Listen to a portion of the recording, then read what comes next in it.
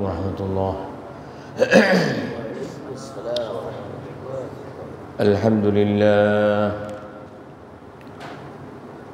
لله نحمده ونستعينه ونستغفره ونعوذ بالله من شرور أنفسنا ومن سيئات أعمالنا. من يهده الله فلا مضل له ومن يضلله فلا هادي له. ونشهد أن لا إله إلا الله وحده لا شريك له. ونشهد أن سيدنا وسندنا ومولانا محمدا عبده ورسوله الذي أرسله بالحق بشيرا ونذيرا وداعيا إلى الله بإذنه وسراجا منيرا. وقد قال الله تعالى في كلامه المجيد وفرقانه الحميد: أعوذ بالله من الشيطان الرجيم.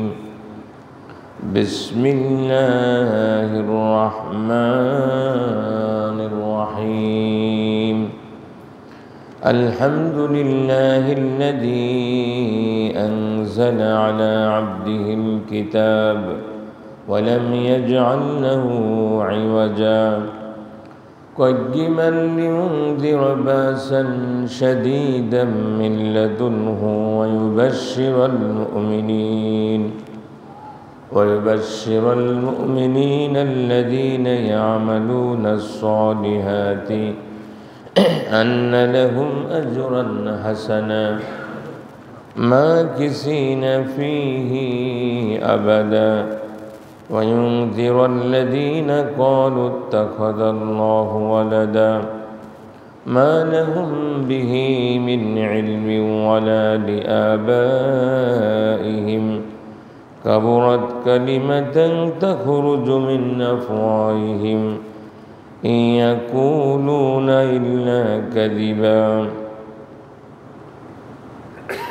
صدق الله العظيم. وقال تعالى: إن الله وملائكته يصلون على النبي يا أيها الذين آمنوا صلوا عليه وسلموا تسليما. সবাই দরুদ পড়ে اللهم صل على محمد وعلى آل محمد كما صليت على إبراهيم وعلى آل إبراهيم إنك حميد مجيد. اللهم بارك على محمد وعلى آل محمد كما باركت على إبراهيم وعلى آل إبراهيم إنك حميد مجيد. সম্মানিত মুসল্লিয়ানি কেরাম, মাহে জামাদিউল উলার আজকের এই শেষ জুমাবারে আল্লাহ পাক আমাদেরকে তার ঘরে আসবার তৌফিক এনায়েত করেছেন। খুতবার এই মজলিসে আমাদেরকে সমবেত করেছেন। আমরা সকলেই কালিমাত শুকরিয়া আদায় করছি, আলহামদুলিল্লাহ।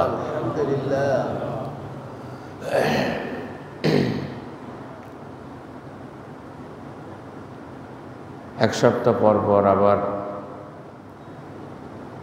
ইয়াউমুল জুমার যে সুযোগ আল্লাহ পাক আমাদেরকে দিয়েছেন, আল্লাহ রসুল আমাদের করে দিয়েছেন, আমরা সাধারণ মানুষ নানান অজুহাতে আমরা দিন চর্চা করতে পারি না, সুযোগ পাই না। পাঁচ ওয়াক্ত সালাত সেটাও সুন্দর করে আদায় করা আমাদের অনেকের সুযোগ হয়ে ওঠে না।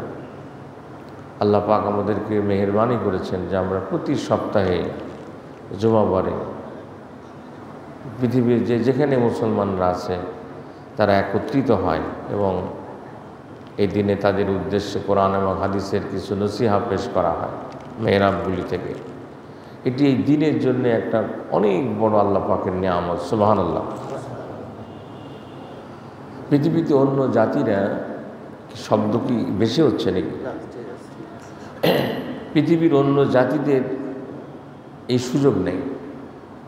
অন্যান্য জাতিগোষ্ঠীর লোকেরা মনে করে যে মুসলমানদের কি একটা সুযোগ যে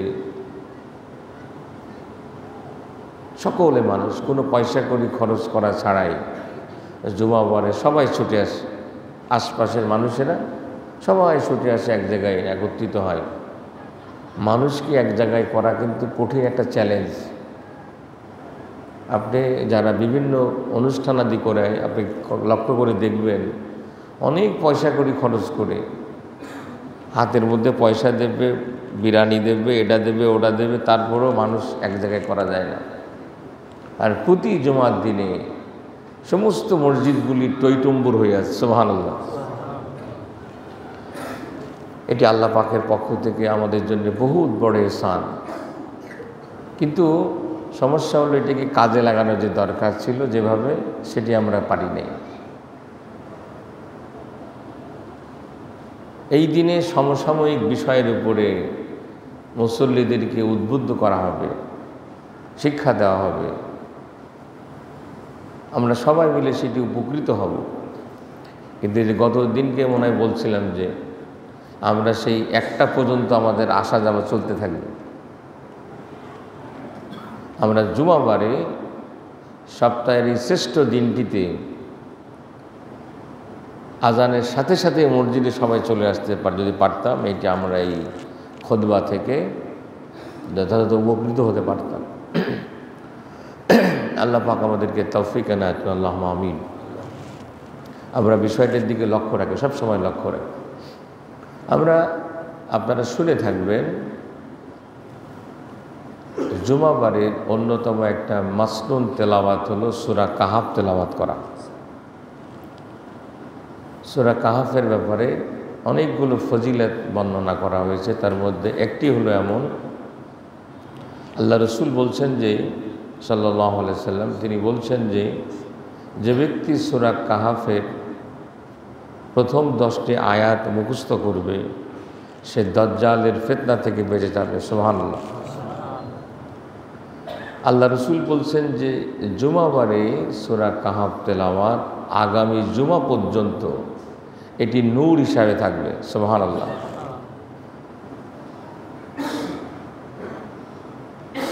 হৃদয়ের এই আলো ছাড়া আমি আপনি দিনের উপরে একটু চলতে পারি না। হেদায়েতের নূর ছাড়া, আল্লাহ পাকের পক্ষ থেকে গাইডেন্স ছাড়া আমাদের পক্ষে দিনের উপরে চলা মোটেই সম্ভব না। আল্লাহ রসুল আমাদেরকে সুসংবাদ দিয়েছেন সূরা কাহাফের আজকের দিনে সূরা কাহাফ তেলাওয়াত আমাদেরকে আগামী 1 সপ্তাহের জন্য আমাদেরকে গাইড করবে। সুবহানাল্লাহ। কোনো কোনো হাদিসে সূরা কাহাফের শেষের আয়াতগুলির ব্যাপারেও বলা আছে। আমি সূরা কাহাফ থেকে একটু তেলাওয়াত করছিলাম কিছুক্ষণ আগে, প্রথম 5টি আয়াত তেলাওয়াত করেছি। সূরা কাহাফ কেন্দ্রিক অনেক লম্বা একটি আলোচনা, অনেক লম্বা আলোচনা। 110টি আয়াত রয়েছে এই সূরার মধ্যে এবং সম্ভবত 12টা রুকু। হ্যাঁ, অনেক লম্বা সূরা। 15তম পারার সূরাতুল কাহাফ মাক্কি সূরা।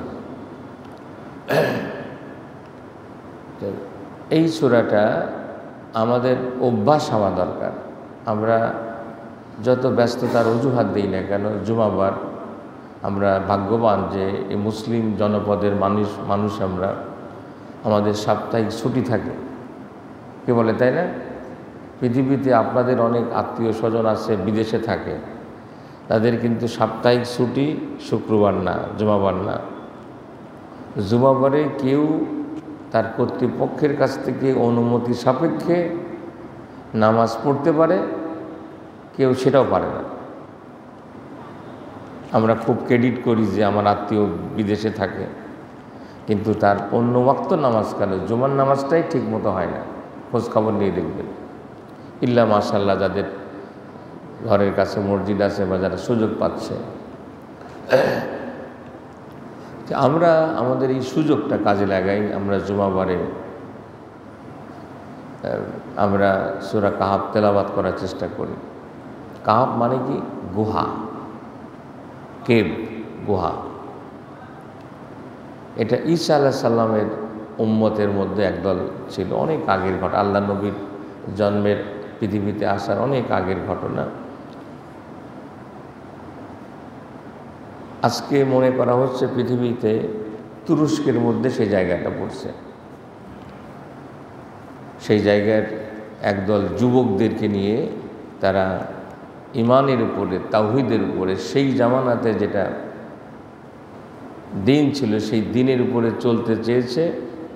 আর তাদের শাসক তাদেরকে বলেছে, যে বাধাগ্রস্ত করেছে, যে তোমরা যদি তোমার ইমান না ছাড়ো, সেটা হলো একটা অগ্নি উপাসক, মাজুসি, তাদের শাসন ছিল। তারা বলেছে যে সেই যুবকদেরকে ডেকে রাষ্ট্রের পক্ষ থেকে বলা হয়েছে, তোমরা যদি তোমাদের এই বিশ্বাসকে ত্যাগ না করো, তাহলে পরে তোমাদেরকে দুনিয়া থেকে বিদায় করে দেওয়া হবে।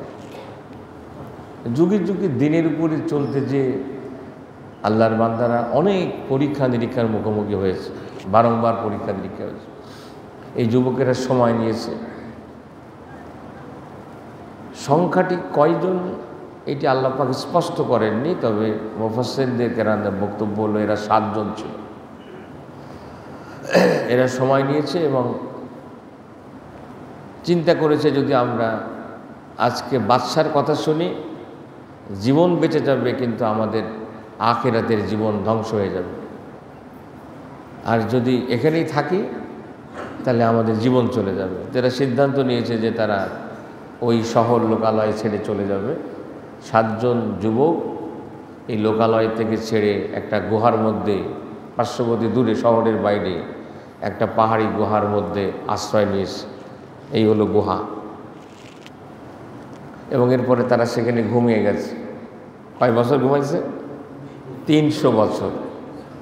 এটি হলো সৌর বছরের হিসাবে 300 বছর, আর চন্দ্র বছর হিসাবে 309 বছর ঘুমায় আছে। সুবহানাল্লাহ।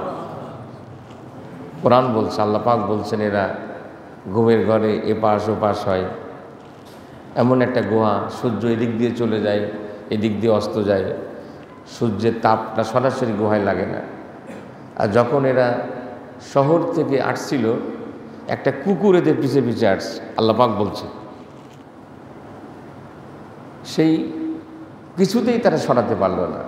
ওরা গুহার মধ্যে ছিল, আর কুকুরটা গুহার মুখে উল্টো দিকে মুখ করে বসে থাকলো। 300 বছর পরে এদের ঘুম ভাঙল।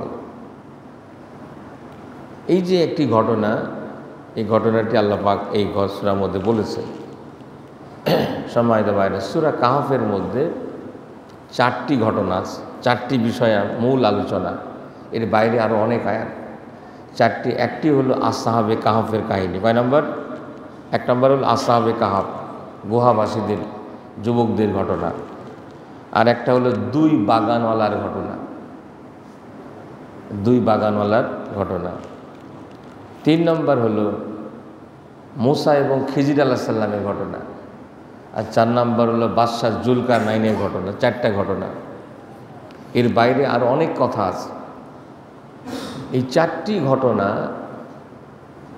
4টি মেসেজ দেয় আমাদেরকে। 4টি ফিতনার কথা, পরীক্ষার কথা, ট্রায়ালের কথা আল্লাহ পাক এই ঘটনার মাধ্যমে বলেছেন। আসহাবে কাহফের কাহিনী, যেটা আমরা সুযোগ পেলে এই 4টা কাহিনীকে 4 দিনে বলেও শেষ করা যাবে না, তারপরও আমরা চেষ্টা করব। আসহাবে কাহফের কাহিনী, এটা হলো ট্রায়াল ফর দিন, দিনের জন্যে আল্লাহর বান্দারা যে পরীক্ষার মুখোমুখি হয়, সেই পরীক্ষাতে কিভাবে উত্তীর্ণ হয়েছে অতীতের একটি জাতিগোষ্ঠী, এটি সেই ঘটনা বর্ণনা করা হয়েছে। এবং এই ঘটনা যখন আল্লাহ পাক বলছিলেন, তখন সাহাবায়ে কেরাম, আল্লাহ রসুলের সাহাবারা মক্কা মুআজ্জামায় ওই যুবকদের যে সমাজের পরিস্থিতি, সেই পরিস্থিতির মতো শিকার হয়েছিল, যে ঈমান নিয়ে মক্কাতে ঘুরে বেড়ানো যায় না, বিশ্বাসী মানুষেরা মক্কাতে হাঁটতে পারে না। 2 নম্বর হলো বললাম 2 বাগানওয়ালার ঘটনা। আল্লাহ পাক দুজন বন্ধু, একজনকে দুটো বাগান দিয়েছে আল্লাহ পাক, খুব সুন্দর বাগান, অনেক ফল মূল হয়, আল্লাহ পাক বর্ণনা করেছেন। আর একজনের কিছু নাই। তো যেই বাগানওয়ালা সে বলছে যে এসব আমি নিজের বুদ্ধিতে পেয়েছি, এই কোনো দিন শেষ হবে না, তোর তো কিছুই নেই। এটা হলো ট্রায়াল ফর ওয়েলথ, সম্পদের জন্যে, দুনিয়াবী উপায় উপকরণের জন্যে একটা পরীক্ষা হয়। এই পরীক্ষা আমাদের প্রত্যেকের হচ্ছে।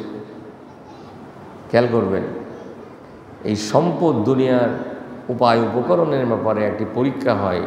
সেই পরীক্ষাতে কিভাবে উত্তীর্ণ হতে হবে তার মেসেজ রয়েছে দুই বাগানওয়ালার ঘটনায়। আমি সংক্ষেপে একটু করে বলছি। মূসা এবং খিজির আলাইহিস সালামের একটি ঘটনা কম বেশি আমাদের জানা, কিন্তু আমি আপনাদেরকে বলবো সূরা কাহাফ খুলে প্রামাণ্য তাফসির দেখে আপনারা সেই ঘটনাকে জানবার চেষ্টা করবেন। মূসা আলাইহিস সালাম বনী ইসরায়েলের অনেক বড় পয়গম্বর। খিজির আলাইহিস সালামও আল্লাহ পাক তাকে এলেম দিয়েছেন,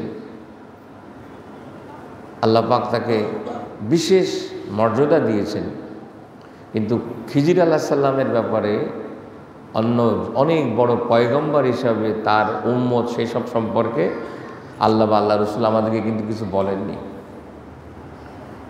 মূসা আলাইহিস সালাম খিজির আলাইহিস সালামের কাছে গেছেন দিন শিখার জন্যে, তার কাছ থেকে এলেম অর্জন করার জন্য। এই ঘটনাটি আমরা আলোচনা করব, আপনারা কিছু জানেন, আমরা আলোচনা করব সামনে ইনশাআল্লাহ। এই ঘটনাটা হলো ট্রায়াল ফর নলেজ, জ্ঞানের জন্য পরীক্ষা। আমরা পৃথিবীর মানুষেরা আমাদের এই দুই চোখ দিয়ে, কান দিয়ে, আমাদের মস্তিষ্ক দিয়ে আমরা যেটা দেখি, এটা আমাদের এক্সটার্নাল অবজারভেশন, বাহ্যিকভাবে দেখা। কিন্তু এর অভ্যন্তরে আরেকটি সত্য থাকে, সেই সত্য আমরা জানি না, তাৎক্ষণিকভাবে আমরা দেখতে পারি না। এটি জানেন কে? আল্লাহ পাক। ওই ঘটনা থেকে একটা ছোট্ট কথা বলি। খিজির আলাইহিস সালাম, মূসা আলাইহিস সালাম যাচ্ছেন, যেটা ছোট্ট একটা বাচ্চাকে দেখলেন, খিজির আলাইহিস সালাম তাকে মেরে ফেললেন। কোরআন বলছে, আল্লাহ পাক বলছে। মূসা আলাইহিস সালাম তো রেগে বাঘ, এটি কী করলেন? ছোট্ট মাসুম বাচ্চা আপনি মেরে ফেললেন। পরবর্তীতে মূসা আলাইহিস সালামকে খিজির আলাইহিস সালাম বলছেন যে এই বাচ্চাটা বড় হয়ে এমন একটা অবস্থা সৃষ্টি করবে তার ধার্মিক পিতামাতার জন্যে, এটি তাদের দুনিয়া আখেরাতের জন্যে জুলুমের শিকার হবে, কষ্টের কারণ হবে, দুঃখের কারণ হবে। এই জন্যে আল্লাহ পাকের ফায়সালা এই ছোট বাচ্চাটাকে এখনই দুনিয়া থেকে বিদায় করে দেওয়া হলো। ছোট বাচ্চা যখন দুনিয়া থেকে বিদায় হয়ে গেল, সে জান্নাতি হয়ে গেল, আর তার পিতামাতা এই পরীক্ষা থেকে বেঁচে গেল। সুবহানাল্লাহ। আমরা দুনিয়ার মানুষের দিকে একটা ছোট বাচ্চা মারা গেল, আমরা আর্তনাদ করে উঠছি, কিন্তু আল্লাহ পাক যিনি সব কিছুর জ্ঞান তিনি রাখেন, আমাদের বাহ্যিক চোখে দেখা সঠিক না, সব কমপ্লিট না। আমার কথা বুঝতে পারছেন? তো এই জ্ঞানের জন্য আমরা দুনিয়াতে সামান্য কিছু লেখাপড়া জেনে আমরা বলি যে এই মানধাতার আমলের এই সমস্ত জিনিসকে আজকের যুগে চলে, নাউজুবিল্লাহ মিন যালিক। কিন্তু পৃথিবী যত অ্যাডভান্স করছে, আল্লাহ পাকের বিধানের সত্যতা, যৌক্তিকতা মানব জাতির সামনে প্রমাণিত হচ্ছে বারংবার। কি বলেন, তাই না কথা? অ্যালকোহল আল্লাহ পাক হারাম করেছেন। ইন্নামাল খামরু ওয়াল মাইসিরু ওয়াল আনসাবু ওয়াল আজলামু রিজসুম মিন আমালিশ শাইতান। এসব শয়তানের কাজ। জুয়া, এই যে মদ, শুধু ওই যেটা অ্যালকোহল বলে সেটা না, এই যে এখানে এই মাঠের মধ্যে যেগুলো চর্চা হয়, কলেজের মধ্যে চর্চা হয়, এটাও সেই জিনিস। যেই জিনিস মাদকতা সৃষ্টি করে, সে যে নামেই বলবেন না কেন, সেটার জন্য একই মাসালা, একই হুকুম। এটি আল্লাহ পাক হারাম করেছেন, নিষেধ করেছেন। কেন নিষেধ করেছেন? পৃথিবী যত অ্যাডভান্স করবে তত মানব জাতি জানতে পারবে। সিগারেটের গায়ে কি লেখা থাকে? স্বাস্থ্যের জন্য ক্ষতিকর, মানুষ তারপরে খায়। সময় ভাইরা, তো এটি আমরা যেটা বলতে চাচ্ছি যে আমাদের জ্ঞান ইনকমপ্লিট, আমাদেরকে খুব বেশি জ্ঞানী না আমরা। আল্লাহ পাক বলছেন ওমা উতিতুম মিনাল ইলমি ইল্লা কালিলা, আমি তোমরা মানুষেরা অনেক নিজেদেরকে পণ্ডিত মনে করো, আমি তোমাদের খুব সামান্য জ্ঞান দিয়েছি। সুবহানাল্লাহ। হযরত মূসা আলাইহিস সালামের মতো পয়গম্বর এই মজলিসের মধ্যে তিনি বলতেছেন, একজন তার সাথী সাহাবী জিজ্ঞাসা করছেন যে এই সময় পৃথিবীতে সব থেকে জ্ঞানী কে? মূসা আলাইহিস সালাম জামানার পয়গম্বর, তিনি বলে ফেললেন যে আমাকে আল্লাহ পাক সেই মর্যাদা দিয়েছেন। আল্লাহ পাক সাথে সাথে তো মূসাকে বললেন যে তুমি কথাটা ঠিক বলোনি। সুবহানাল্লাহ। আমি আমার এক বান্দা খিজিরকে অনেক নলেজ দিয়েছি। সুবহানাল্লাহ। এটা শোনার পরে মূসা আলাইহিস সালাম আল্লাহর কাছে অনুমতি চাইলেন, তাহলে আমাকে একটু সুযোগ দাও, আমি খিজির আলাইহিস সালামের সাক্ষাৎ চাই, তার কাছ থেকে কিছু জ্ঞান অর্জন করতে চাই। সুবহানাল্লাহ সুবহানাল্লাহ। কখনো নিজের জ্ঞানের, আমলের, দিনের বড়াই করতে নেই। আল্লাহ পাক আমাদেরকে মাফ করেন, কখনো এটি করতে নেই। তা আমরা যেটা আমাদের জ্ঞান দিয়ে যা কিছু আমরা দেখি বুঝি, আমরা একটা মানুষের অসুস্থতা দেখে আমরা বলতেছি যে মানুষটা কত কষ্টের মধ্যে, দুঃখের মধ্যে। আমার একজন সহকর্মী, এই কলেজেরই সহকর্মী, কয়দিন আগে একটা অদ্ভুত কথা আমাকে বললেন যে আমার এই অসুস্থতা আরও আগে হলে ভালো হতো। মানে তিনি আগে পশ্চিম চিনতেন না, কথা বুঝছেন না, কেবলা চিনতেন না, কিন্তু তার অসুস্থতার পরে তিনি পরিবর্তিত হয়ে গেলেন। সুবহানাল্লাহ। তার জন্য অসুস্থতার ভালো হয়নি। আমরা সাধারণ মানুষ অসুখ হলে খালি মনে করি যে কষ্ট, দুঃখ, আল্লাহর কাছে অভিযোগ, কিন্তু তার অসুস্থতা তাকে ভালো মানুষ বানায় দিয়েছে। সুবহানাল্লাহ। তাকে 5 ওয়াক্ত নামাজি বানায় দিয়েছে। আমাদের এক্সটার্নাল অবজারভেশন, বাহ্যিক পর্যবেক্ষণটা ইনকমপ্লিট, আর এর ভিতরের আসল মহাসত্য কে জানেন? আল্লাহ পাক জানেন। তাহলে জ্ঞানীর ক্ষেত্রে একটা পরীক্ষার মুখোমুখি আমরা প্রতি সময় হই। কিভাবে সেই পরীক্ষায় উত্তীর্ণ হতে হবে সেই মেসেজ আল্লাহ পাক মূসা এবং খিজির আলাইহিস সালামের ঘটনার মাধ্যমে দিচ্ছেন। আরেকটি পরীক্ষা, সেই পরীক্ষা হলো ট্রায়াল ফর পাওয়ার, ক্ষমতার পরীক্ষা। ক্ষমতার পরীক্ষা না? আল্লাহ পাক মানুষকে পৃথিবীতে খলিফা করে পাঠিয়েছে। আল্লাহ পাকের প্রতিনিধি আমরা। আল্লাহ পাক আমাদেরকে নলেজ দিয়েছেন, শক্তি দিয়েছেন। এই পৃথিবীর উপরে আমাদের পৃথিবীকে অধীন করে দিয়েছেন। ওয়াসাখখারা লাকুম মা ফিস সামাওয়াতি ওয়াল আরদ, আকাশ পৃথিবীর সব কিছু মানুষের অধীন করে দেওয়া হয়েছে। অধীন না করে দিলে আমরা একটা অত বড় গরুকে আমরা জবাই করতে পারতাম না, আমরা চাঁদে যেতে পারতাম না, আমরা সাগরে যেতে পারতাম না। সব কিছু আমাদের অধীন, সমস্ত সৃষ্টি জগৎ আমাদের জন্য কাজ করছে। সুবহানাল্লাহ। আর আমরা কি করি এটা আল্লাহ পাক পরীক্ষা করবেন, দেখতে চান এত কিছু পেয়ে আমরা করিটা কি।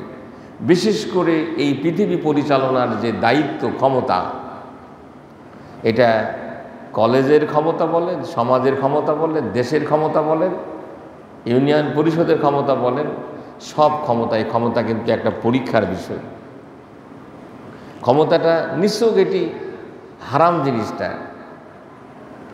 রাষ্ট্রের ক্ষমতা, সমাজের ক্ষমতাকে, এটা কি নিষিদ্ধ জিনিস নাকি? একসময় আমাদের মুসলমানেরা ভাবত ক্ষমতার সাথে আমাদের কিছু সম্পর্ক, আমরা আল্লাহ বিল্লাহ করে মাথা নিচু করে জান্নাতে চলে যাব, দুনিয়া যা পারে হোক। এটি মুসলমানদের সিস্টেম নয়, কোরআনের কথা নয়, আল্লাহ পাকের কথা নয়। আল্লাহ সুবহানাহু ওয়া তাআলা এই সূরার মধ্যে জুলকারনাইন বাদশার কথা বলছেন। সুবহানাল্লাহ। পৃথিবীতে কয়েকজন আল্লাহওয়ালা মানুষ যারা ওই সময়কার সারা পৃথিবী যতটুকু মানব বসতি ছিল, এই সমগ্র পৃথিবীর উপরে তারা শাসন কার্য পরিচালনা করেছেন। সুবহানাল্লাহ। এর মধ্যে হযরত সুলাইমান আলাইহিস সালাম পয়গম্বর, তার কথা কোরআন শরীফ বলছে। তিনি একজন পয়গম্বর। দাউদ আলাইহিস সালাম কি ছেলে না বাবা? সুলাইমান আলাইহিস সালামের, দাউদ আলাইহিস সালামের ছেলে। দাউদ আলাইহিস সালামের ছেলে সুলাইমান আলাইহিস সালাম, তাই তো? দাউদ আলাইহিস সালামও রাষ্ট্র কাজ পরিচালনা করেছেন। হযরত ইউসুফ আলাইহিস সালাম কি মিশর চালাননি? মিশরের জেলখানা থেকে নারী ঘটিত অপবাদ দিয়ে তাকে মিশরের জেলখানাতে ঢোকানো হয়েছে। দীর্ঘ বছর ধরে তিনি সশ্রম কারাদণ্ড ভোগ করেছেন। একজন পয়গম্বর, নিষ্পাপ মাসুম মানুষ। সব নবীরা কিন্তু মাসুম, জন্ম থেকে নিয়ে মৃত্যু পর্যন্ত কোনো অন্যায়ের সাথে, ভুলের সাথে, পাপের সাথে তাদের কোনো সম্পর্ক থাকে না। এই রকম একজন পূত পবিত্র চরিত্রের অধিকারী মানুষকে অপবাদ দিয়ে, তহমত দিয়ে মিশরের জেলখানার মধ্যে ঢুকায় দীর্ঘদিন ধরে তাকে সশ্রম কারাদণ্ড দেওয়া হয়েছে। এই আল্লাহওয়ালা মানুষদেরকে জেলখানায় ঢোকাবার কাহিনী কিন্তু আজকে নতুন না, অনেক আগের থেকে চলে আসে। তিনি যখন জেল থেকে অপবাদ মুক্ত হয়ে বেরোলেন এবং স্বপ্নের ব্যাখ্যা দিলেন, তখন তাকে রাজ দরবারে যখন অভিষেক করা হচ্ছে, তখন তিনি বলছেন এই রাষ্ট্রের এই অর্থনীতির সমস্ত বিষয়গুলি আমার কাছে তুলে দেন, সুবহানাল্লাহ।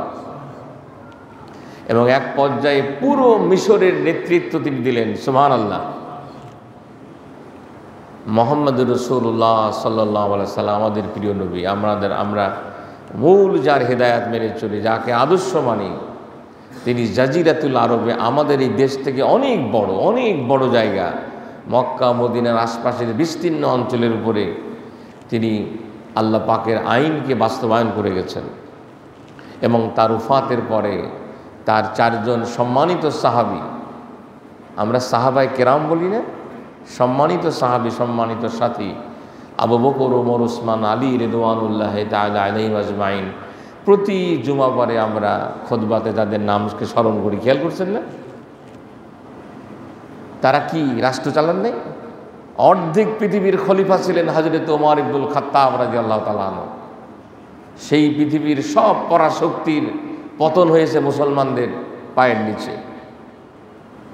তাহলে যেটাকে ক্ষমতা, যেটা এটি সুস্পষ্ট হারাম নয়, এটি নিষিদ্ধ বস্তু নয়, কিন্তু এই ক্ষমতা পেলে মানুষেরা দুনিয়াকে মানে কি করতে চায়, কি না করতে চায়, তার কোনো আমাদের কম বেশি সব কিছু জানা। আমি এসব বেশি কথা বলতে চাই না। আল্লাহ পাক বলছেন ক্ষমতার একটি পরীক্ষা, এইটি মানব জাতির উপরে আসে, মুসলমান জন্যও থাকবে। এই 4টি পরীক্ষার কথা বলা হলো। 1 নম্বর হলো দিনের জন্য পরীক্ষা।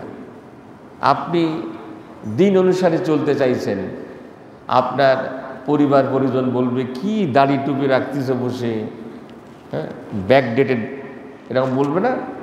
ছেলে বলবে যে কি আমার খালি নামাজ রোজা করে বসে। এখনকার এই মডার্ন যুগে আমরা এভাবে চলতে চাই। বন্ধু বলবে তুই এরকম হয়ে গেলি কেন, এরকম নানান কথা বলবে না?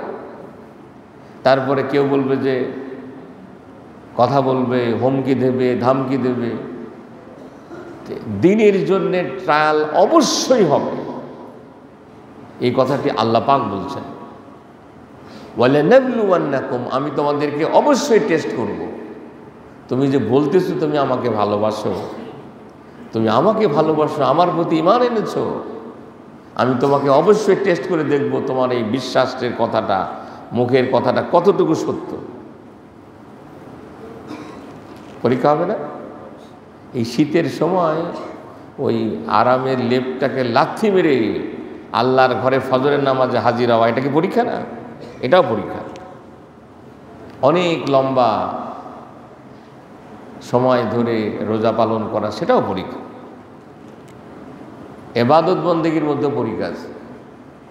নামাজ তো হঠাৎ করে একদিনে, সপ্তাহে 1 ওয়াক্ত পড়ার নামাজ না কি? যারা মনে করে যে সপ্তাহে আজকে নামাজ পড়তে যাব আর অন্য দিন দরকার নাই, তিনি মনে করতে পারেন, আমরা তো তার মনের মধ্যে ঢুকতে পারবো না। কিন্তু আল্লাহ পাকের কাছে এই নামাজ হিসাবে বিবেচিত হবে না, পরিষ্কার কথা। কারো মনের মধ্যে কষ্ট লাগলে করার কিছু নেই, কি কথা, তাই তো নাকি? আল্লাহ রসুলের জামানাতে নামাজ এক ওয়াক্ত বাদ দেওয়া, দুই ওয়াক্ত বাদ দেওয়া এরকম কোনো মুসলমানের অস্তিত্ব ছিল নাকি? বরং এক ওয়াক্ত নামাজ কেউ জামাতে না আসলে অন্যরা মনে করতো এটা মনে হয় মুনাফিক। আল্লাহ রসুল বা সাহাবারা মুকেরা মনে করতেন সম্ভবত মুনাফিক, সেই জন্য সে ফজরে আসতে পারেনি, এশায় আসতে পারেনি। আজকে আমাদের দেশের কোনো মসজিদে জায়গা হবে না, কিন্তু আজকেই আবার আসরের ওয়াক্তে মুসল্লি হবে না। কিভাবে আমরা আমাদের মাইন্ড সেট আপ করে ফেললাম, মাথার মধ্যে ঢোকে না আমার। কে বলে দিল এদেরকে এরকম কথা?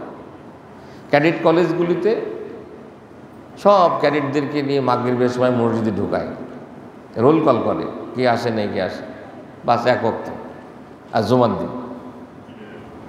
আর কোনো ওয়াক্তের ছেলেপিলেরা সেভাবে এক ওয়াক্ত নামাজ পড়া শিখে বসে। দু একজন ঘরের মধ্যে যে হয়তো আলাদা করে বা কোনো সময় সুযোগ মতো নামাজ পড়তে পারে, আর আম জনগণের কোনো এরকম ব্যবস্থাপনায় নেই। নামাজের মধ্যে এই রকম করে ভাগ বটোয়ারা করার কোনো সুযোগ নাই, কোনো সুযোগ নেই। সম্মানিত ভাইরা, এই যে চারটা ফিতনার কথা বলা হলো, ট্রায়ালের কথা বলা হলো, এই সবগুলি ট্রায়াল মিলে একটি চূড়ান্ত ট্রায়াল, চূড়ান্ত ফিতনা হচ্ছে দাজ্জালের ফিতনা। আদম আলাইহিস সালাম থেকে নিয়ে মুহাম্মদ সাল্লাল্লাহু আলাইহি সাল্লাম পর্যন্ত সমস্ত নবীরা তাদের অনুসারীদেরকে বলেছেন যে তোমরা আখেরি জামানাতে দাজ্জালের ফিতনার ব্যাপারে তোমরা সাবধান থাকবে। সব ফিতনার বড় ফিতনা হলো দাজ্জালের ফিতনা। দেখাবে জান্নাত, ওইটা আসলে জাহান্নাম। কথা বুঝছেন কথা? এই ফিতনা থেকে বাঁচতে গেলে আপনাকে এই যে চারটি ফিতনা থেকে বাঁচতে হবে। যারা এই ফিতনাগুলি থেকে বাঁচবে তারা দাজ্জালের ফিতনা থেকে তারাই বাঁচবে। দাজ্জালের ফিতনা আমাদের সামনে আসুক এরকম কামনা করার জিনিস না, কিন্তু মানব জাতির সামনে একদম আসবে। ইমানের উপরে টিকে থাকা কঠিন বিষয় হবে, কঠিন বিষয় হবে।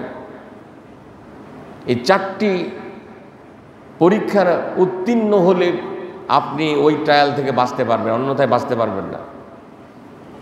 আল্লাহ রসুল এই জন্য বলছেন যে এই সূরা কাহাফ আপনি মুখস্থ করেন, আপনি আত্মস্থ করেন। আসলে রসুল যখন সাহাবীদেরকে বলতেন এই সূরাটা পড়বা, সেই সাহাবীরা পড়ার সাথে সাথে বুঝতেন। আর আমাদের অবস্থা হয়েছে আমরা কিন্তু আমরা যে এর মধ্যে এত আপনি পড়ে যাবেন, সকালবেলা পড়ে ফেললেন, কিন্তু এর মধ্যে ঢুকতেই পারলেন না, কিছুই আপনার কাছে মেসেজ আসলো না। এই জন্যে আমাদেরকে অর্থ সহ পড়তে হবে, ব্যাখ্যা সহকারে পড়তে হবে। এই ঘটনাগুলির উপরে অনেক লম্বা চওড়া ইয়াসির কাদি আপনারা যদি দেখেন, আমি আগের দিন তাকে বলছিলাম, একজন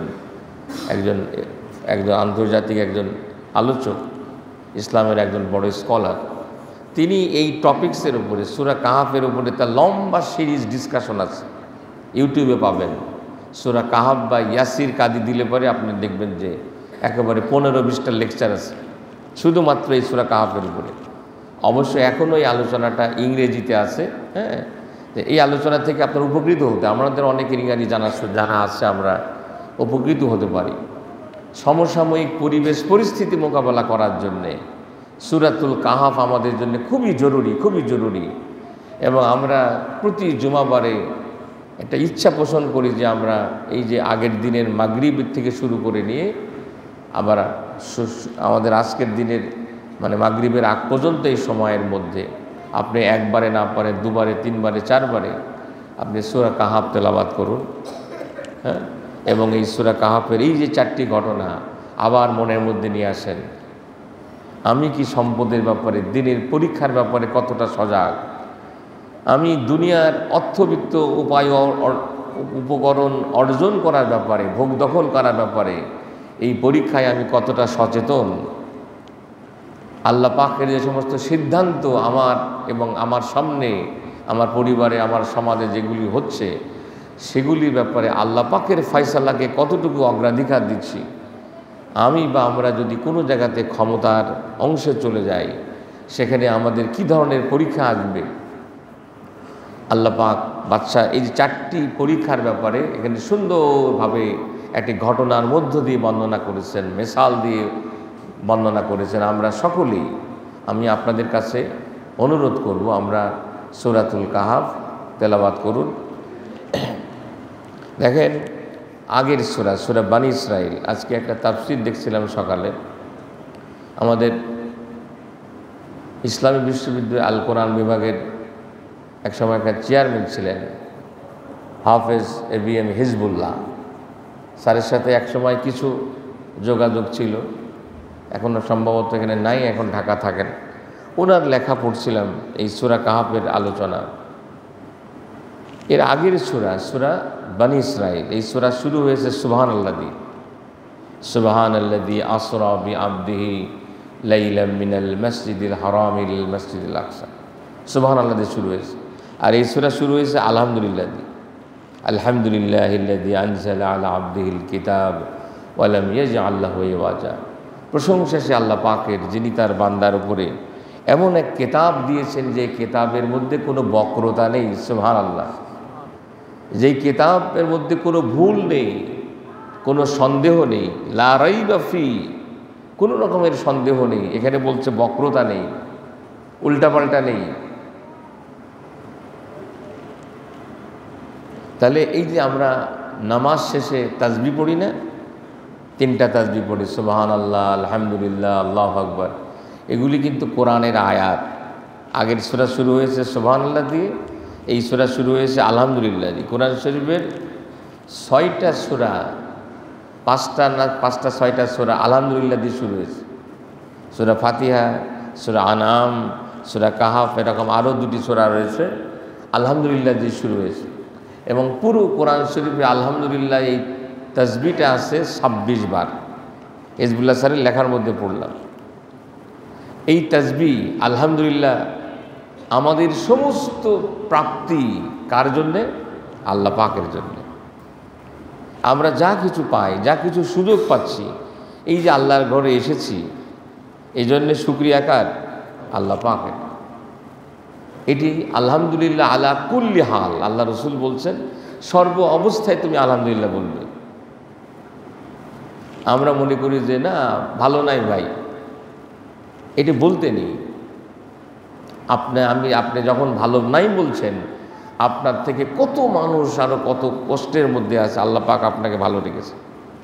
আল্লাহ পাক যেমনটি রাখেন আমাদেরকে, সে অবস্থার উপরে সন্তুষ্ট চিত্তে আলহামদুলিল্লাহ বলা আমাদের শিখতে হবে। এখানে নামাজের পরে আলহামদুলিল্লাহ আলহামদুলিল্লাহ বললেন, কিন্তু আপনার অন্তর থেকে আপনি আল্লাহ পাকের নিয়ামতের শুকরিয়া করতে পারছেন না, এই তসবিহ আপনার কি কাজে আসবে?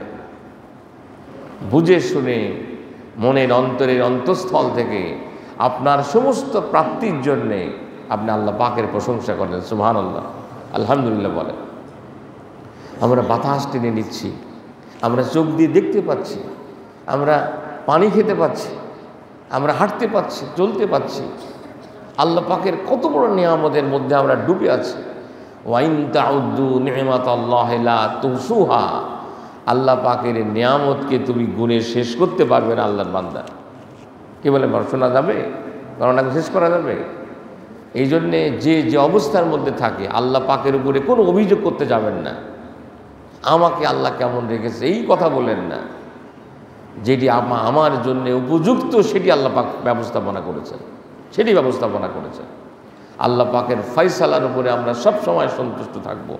এখানে শুকরিয়া করা হচ্ছে, আল্লাহ পাক একটা কিতাব দিয়েছেন, ভুল ত্রুটির ঊর্ধ্বে একটি কিতাব আমাদেরকে দিয়েছেন, আমার নবীর কাছে, নবীর মাধ্যমে আমাদেরকে দিয়েছেন। এই জন্যে আল্লাহ পাকের প্রশংসা করতে হবে।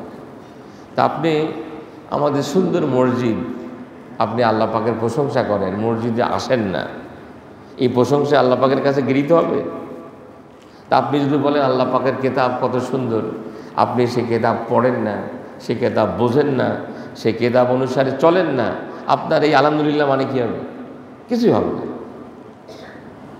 এই জন্যে আমরা আল্লাহ পাকের নিয়ামতকে, যেই কাজে দেওয়া হয়েছে, সেই নিয়ামতকে সেই কাজে লাগানোটাই হলো আল্লাহ পাকের নিয়ামতের প্রকৃত শুকরিয়া। সুবহানাল্লাহ। কথাটা আমি আবার বলছি, যেই নিয়ামতকে যেই জন্যে দেওয়া হয়েছে, সেই নিয়ামতকে সেই কাজে লাগানোটাই হলো তার আসল শুকরিয়া, আমলি শুকরিয়া। আপনি কৌল দিয়ে, কথা দিয়ে, তাসবিহ দিয়ে প্রশংসা করছেন, কিন্তু আপনাকে আপনার শক্তিগুলিকে আল্লাহর জন্যে, আল্লাহর বান্দাদের কল্যাণের জন্য যদি আপনি কাজে না লাগান, তাহলে প্রকৃত শুকরিয়া হবে না। আল্লাহ সুবহানাহু ওয়া তাআলা আমাদেরকে আল্লাহ পাকের গুণগান করার তৌফিক এনায়েত করুন। আমরা সময় মতো, সুযোগ মতো, প্রতি সপ্তাহে আমি সুযোগ পাই না, যখন সুযোগ পাবো এই সূরা কাহফের থেকে আলোচনা করলে সারা বছর করা যাবে। আমরা চেষ্টা করব আবার এই আসহাবে কাহফের কাহিনীটা বিস্তারিতভাবে আলোচনা করে এর পরের দিনে এক একটি ঘটনা এক এক দিন আমরা আলোচনা করে সেখান থেকে শিক্ষাগুলি নেওয়ার চেষ্টা করব আমি ইনশাল্লাহ। আর আপনাদের কাছে আমার অনুরোধ থাকবে, আমরা সূরাতুল কাহফ আমরা তেলাওয়াত করি, যে আমাদের ছেলেরা যাদের এখনও মাথা ভালো আছে, সূরা কাহফ মুখস্থ করে ফেলে। এবং এই যে আল্লাহ নবী বলছেন যে 10টা আয়াত মুখস্থ যে করবে সে দাজ্জালের ফিতনা থেকে বাঁচবে। কত বড় বড় প্রশ্নের মুখস্থ করে ফেলি আমরা, তাহলে এখন এটা করার সময়। বয়স হয়ে গেলে কিন্তু মুখস্থ করা যায় না, ছোটোকালে থাকতে মুখস্থ করতে হয়। আল্লাহ পাক আমাদেরকে কোরআনে কারীম আঁকড়ে ধরার তৌফিক এনায়েত করুন, আমিন। ও আখির দাওয়ানা আলহামদুলিল্লাহি রাব্বিল আলামিন। আসসালামু আলাইকুম ওয়া রাহমাতুল্লাহ।